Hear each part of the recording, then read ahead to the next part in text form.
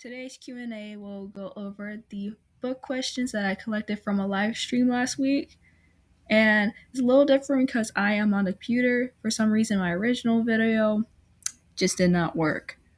But we are going to go with the flow, and I'm going to do my best to answer the questions about books. Alrighty. So, let me just put that on view really quick. How many pages do the first chapters need to be? So when it comes to pages, I'm going to say, like, you're not going to be told what to do about, like, how to format and make your pages all pretty. Because with the first chapters, and just the first chapter in general, it's meant to be messy. So write as many pages as you want. But if you are asking about expectation wise, I would say a good 8 to 10 pages for the first chapters, and then as you get to progress through the story, you can actually expand. You can do more, like maybe 15 pages per chapter, 20, as long as the book is not chunky like a Brandon Sanderson book. Okay, that's a little much. All right, next question. I'm writing a sci-fi post-apocalyptic utopia. I've trouble distinguishing how much description is too much when the POV characters are new to the scenery. So I want to answer this question in two parts. So first of all, this person is having trouble distinguishing how much description is too much. Description gives us a good idea of a picture in our heads of what is taking place. It can be undercooked and also it can be overdone. So, with description undercooked, is another way of saying, being vague or not putting enough information.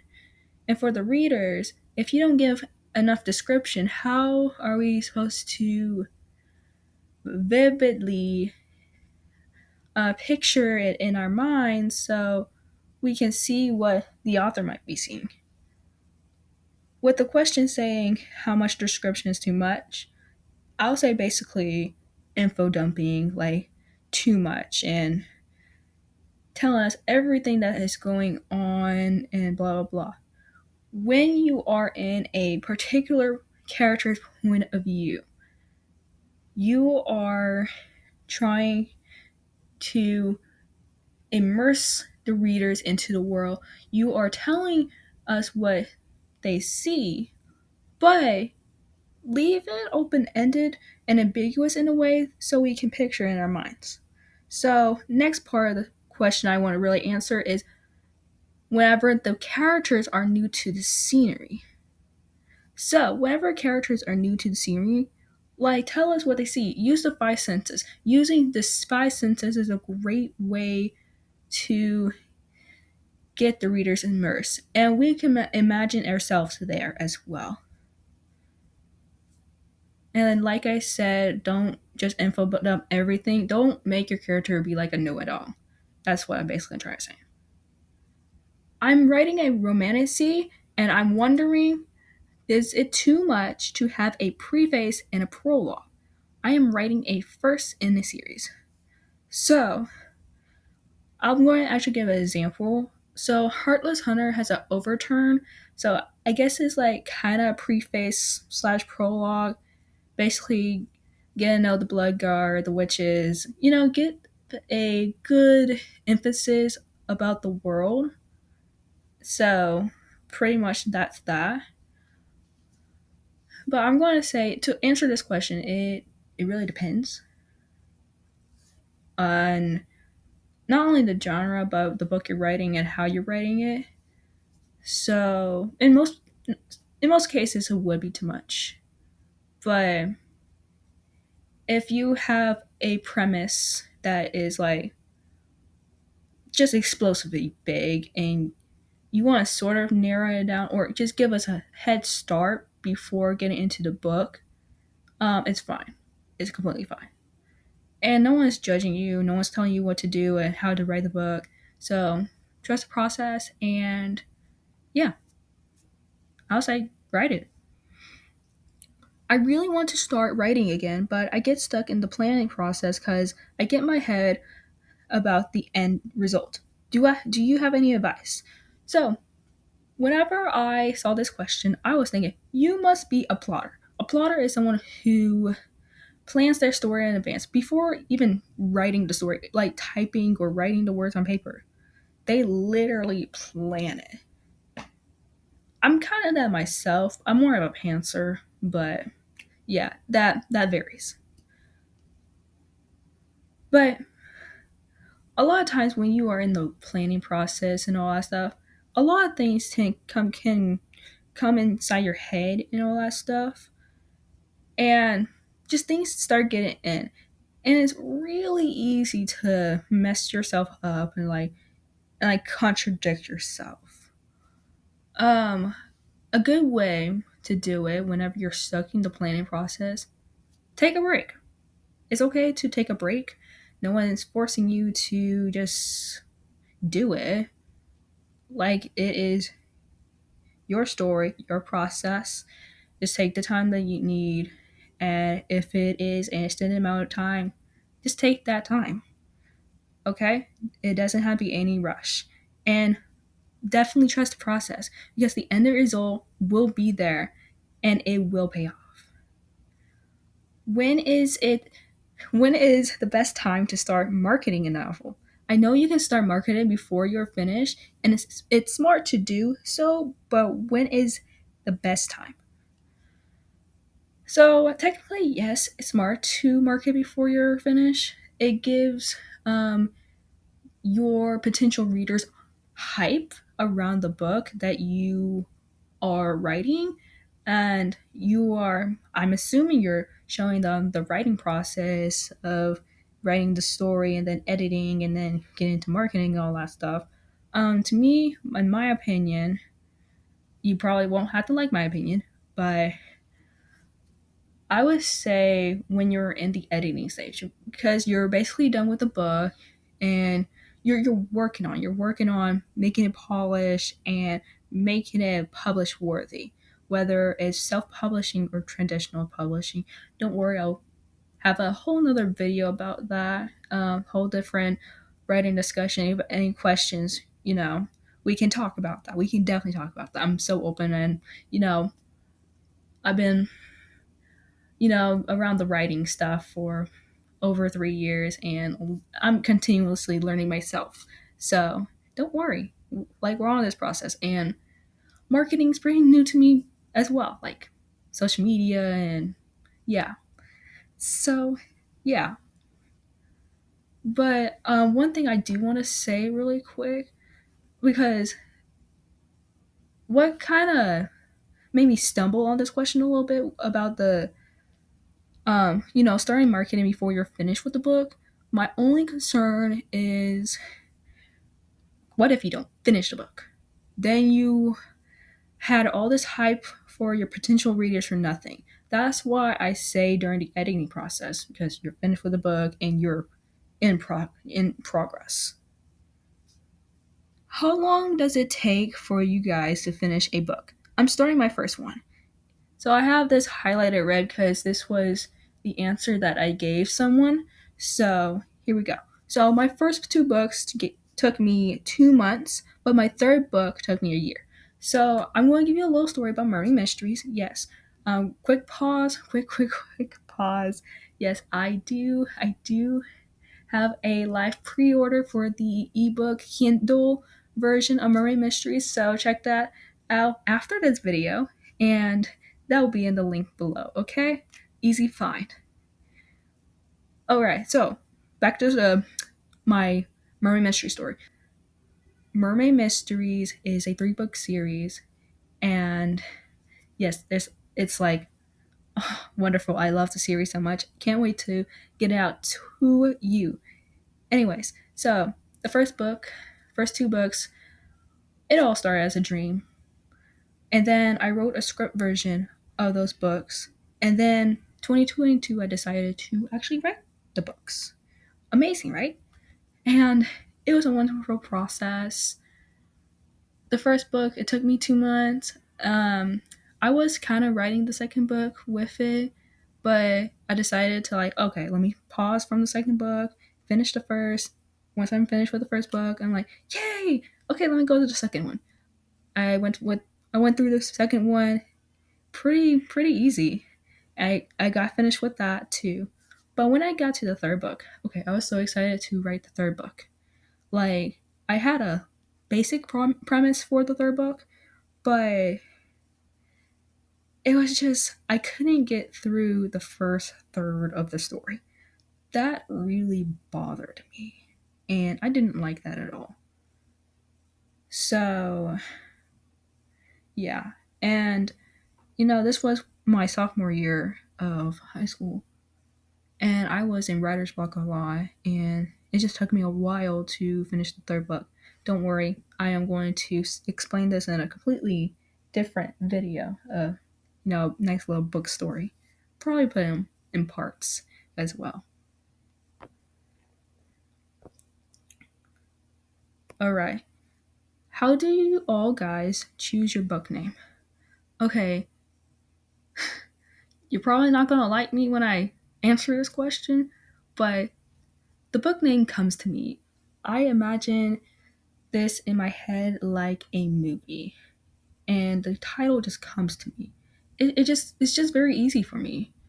I don't know about you guys, like if it's very easy for you to come up with a book name or not, but yeah. But I'll say other times it does take a little while. Like maybe whenever I'm writing a short story, it's like I'm just writing the short story. I don't necessarily have a title for it, but when I think more about it, like thinking more thoroughly, then something might come to mind. And good example, I have been writing plenty of short stories. So last year, 2024, and this year into 2025, whenever I'm in writer's block, I go to short stories to write, and they're wonderful. They're wonderful. Um, like like I said, the titles do come to me very quickly, but titles that don't come to me as quickly, there are a few. It just takes some thinking, and it's funny because it's within a little short story series. So yeah. So, do you have any advice for titling a book? I have a terrible placeholder. I have a terrible placeholder. Holder. I have a terrible placeholder title, and I'm afraid it will stick if I don't come up with something else soon. Okay, so this is a great question. There's a reason why I put the title questions back to back. So yeah. So I don't know. I might have some bad advice about titling a book, but I'm going to do my best. So, think about it. Think about what the book you're writing is about. What aspects does the book like stand out? Like what things are there that resonate with you? What would you think would resonate with others?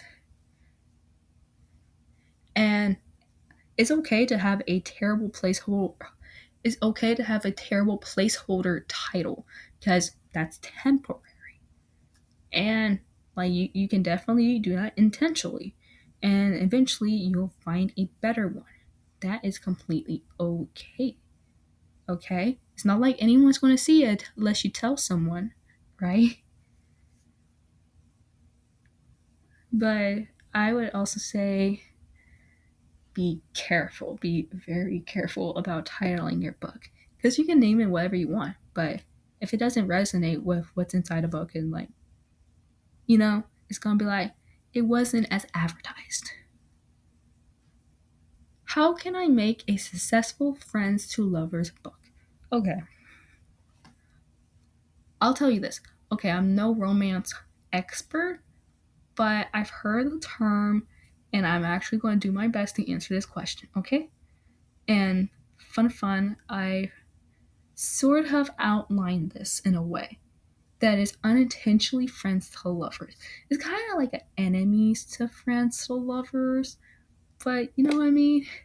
Okay, let me do my best to answer this question. So,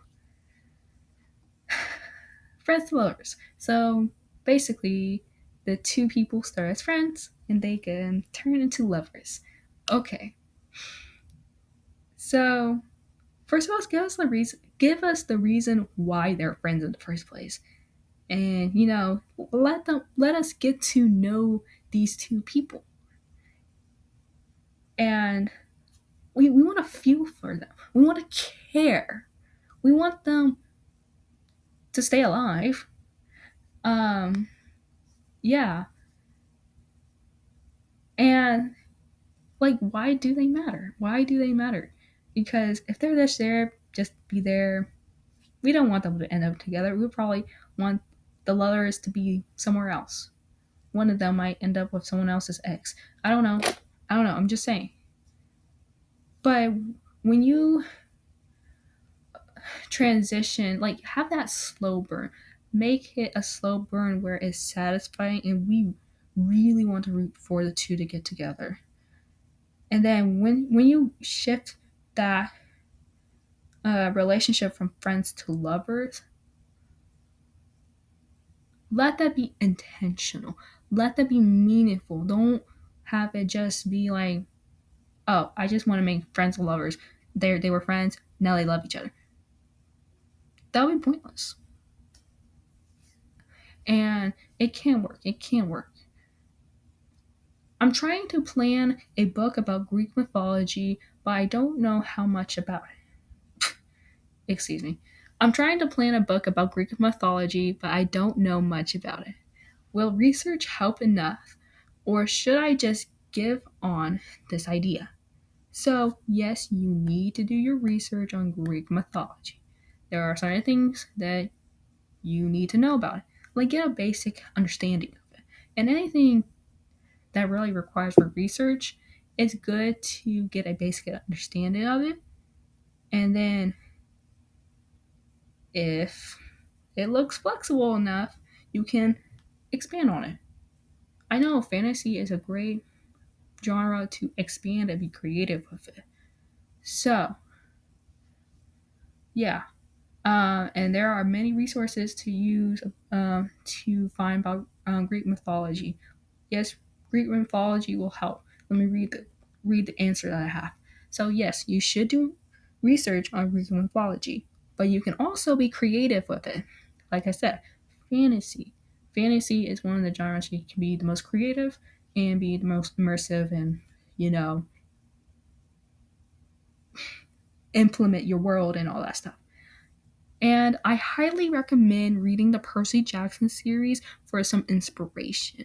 Rick Riordan does an excellent job of immersing his readers to the world, and he has a lot of it based on Greek mythology. And what he does with the Greek mythology, he has the Greek gods, and he expands on it by having this camp called Camp Half Blood, like for demigods that were for the Greek gods' children. So yeah, hopefully that gives you a good idea about that, and hopefully something to pick up. Um, yeah. And now for the final question.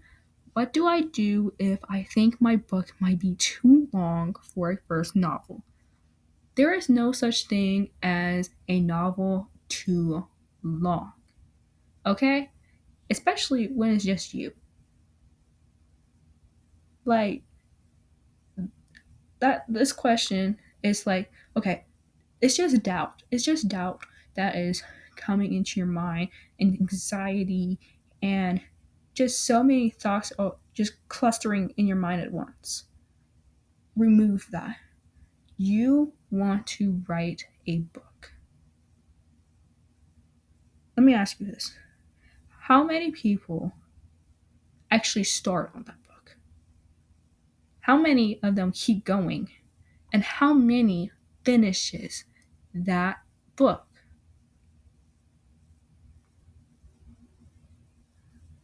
You are privileged to writing that book. There is no one telling you what to write or how to write it. What you need to do is be willing to write, sit down, write the book, finish it. I'm not saying then editing, then publish it. I'm not saying if you want to write the book, sit down, write it, and the end goal is to finish it. Now, if you want, after you finish the book, if you want to go further, like making it polished, make it publish worthy, then we're getting into, could my book be too long? I wouldn't say just for a verse novel, just for a novel. Because there are definitely books that are long, like very long. You can think of some Brandon Sanderson books, for example. That is just the biggest example in my mind. Anyways, when you are editing, you are in the editing process. You are not only polishing that book, but you also making sure it's not too much. You're making sure that the sentences they align, the narrative goes along real well. You are looking for typos. You are looking into the story, like what story parts should stay, what should be removed. You are asking yourself questions about, should I move this thing, should I not? What is happening?